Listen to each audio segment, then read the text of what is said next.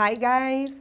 Nesta videoaula vamos estudar idioms and collocations, que seriam expressões idiomáticas e colocações. O que quer dizer isso, expressões idiomáticas, colocações? Na verdade é uma questão bastante simples. Expressões idiomáticas são expressões que só existem lá na língua deles para determinar, por exemplo, às vezes é uma figura de linguagem, às vezes é um exemplo, uma comparação, que são típicas do idioma inglês. Por exemplo, para vocês entenderem melhor, aqui no Brasil, quando a gente acha uma coisa muito fácil, o pessoal não costuma dizer, isso é mamão com açúcar, né? Agora imagina tu chegar para um americano e dizer, this is easy, this is papaya with sugar. O cara vai ficar te olhando, ele não vai entender nada. O que ela quer dizer com isso? Mamão com açúcar, papaya with sugar. Então, no inglês tem muitas dessas expressões. Hoje a gente vai aprender algumas delas. Depois, se vocês tiverem mais interesse ainda, basta digitar em qualquer site de busca idioms, ele vai aparecer uma lista enorme sobre essas expressões idiomáticas. Por exemplo, em inglês, quando eles querem dizer que uma pessoa está se sentindo quentinha, warm and cozy, cozy quer dizer aconchegada, eles costumam dizer assim, snug as a bug in a rug, que seria todo envolvido, todo arrumadinho como um inseto num tapete. Então aqui tem um insetinho todo envolvido por um tapete bem quentinho, né? Então é uma espécie de figura de linguagem que eles usam para falar quando tu está se sentindo aquecido e aconchegado.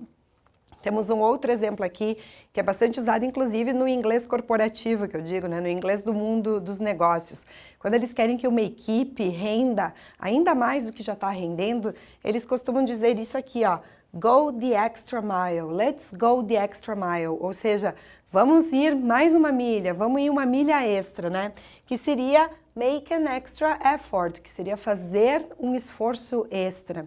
A gente ouve muito isso nos filmes, também em documentários, quando eles estão falando sobre um grande empreendimento, né?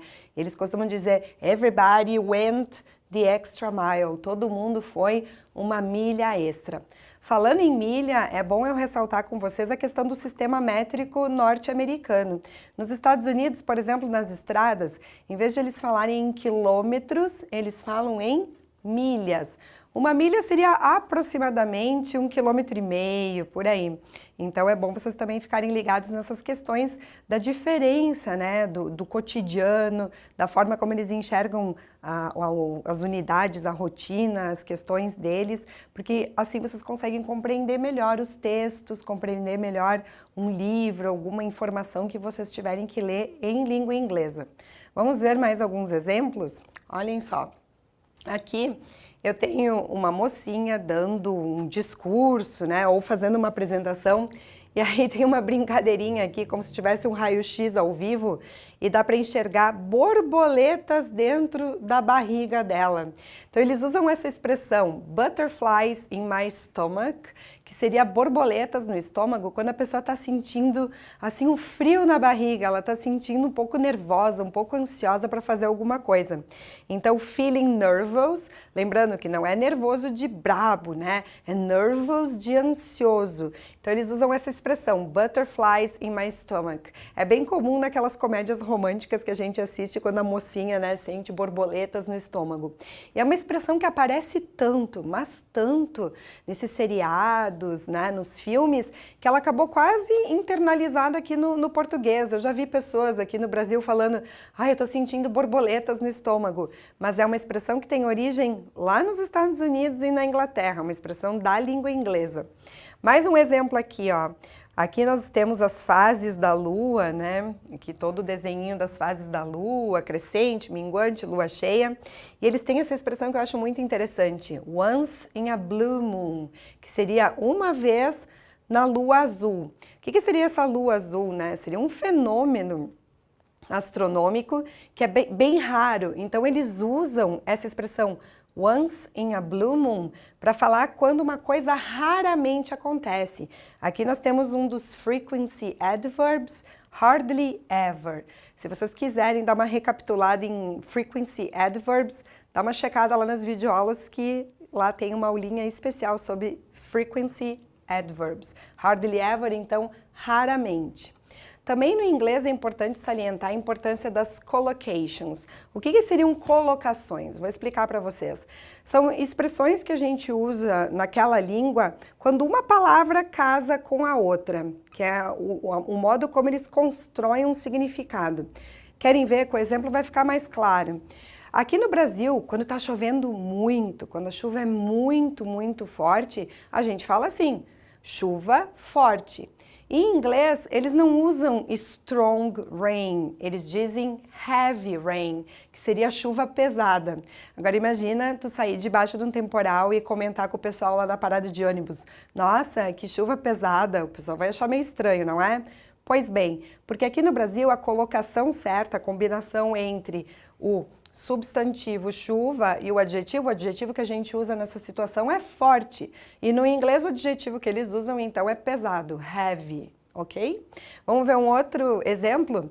Aqui no Brasil, quando a gente quer dizer que alguém tem que ficar atento a uma aula, nós pedimos para prestar atenção. Essa é a expressão que nós usamos. No inglês, eles usam o verbo pagar, pay attention. Mas vocês não vão traduzir quando vocês lerem num texto, the students are paying attention. Os estudantes estão pagando atenção. Não, a gente vai entender que é a forma como eles dizem prestar atenção em inglês. E tu vai traduzir como nós falamos aqui no Brasil. Os alunos estão prestando atenção. E para finalizar, uma coisa que nem todo mundo gosta de fazer, né? Eu particularmente não sou muito fã, que é a questão de lavar a louça, né?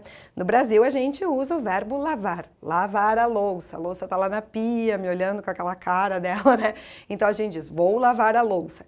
No inglês, eles dizem do the dishes, eles usam o verbo do, que quer dizer fazer. Meio estranho, né? Fazer os pratos. Mas é a colocação que eles usam. Do the dishes significa lavar a louça. Então, essa foi a nossa videoaula para dar uma introdução ao conceito de idioms and collocations.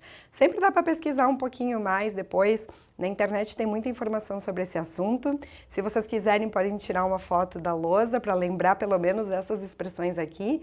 E vai ser bem interessante vocês irem, por curiosidade mesmo, aprendendo que como é riquíssima também a língua inglesa nesse sentido. Bye, bye, até a próxima!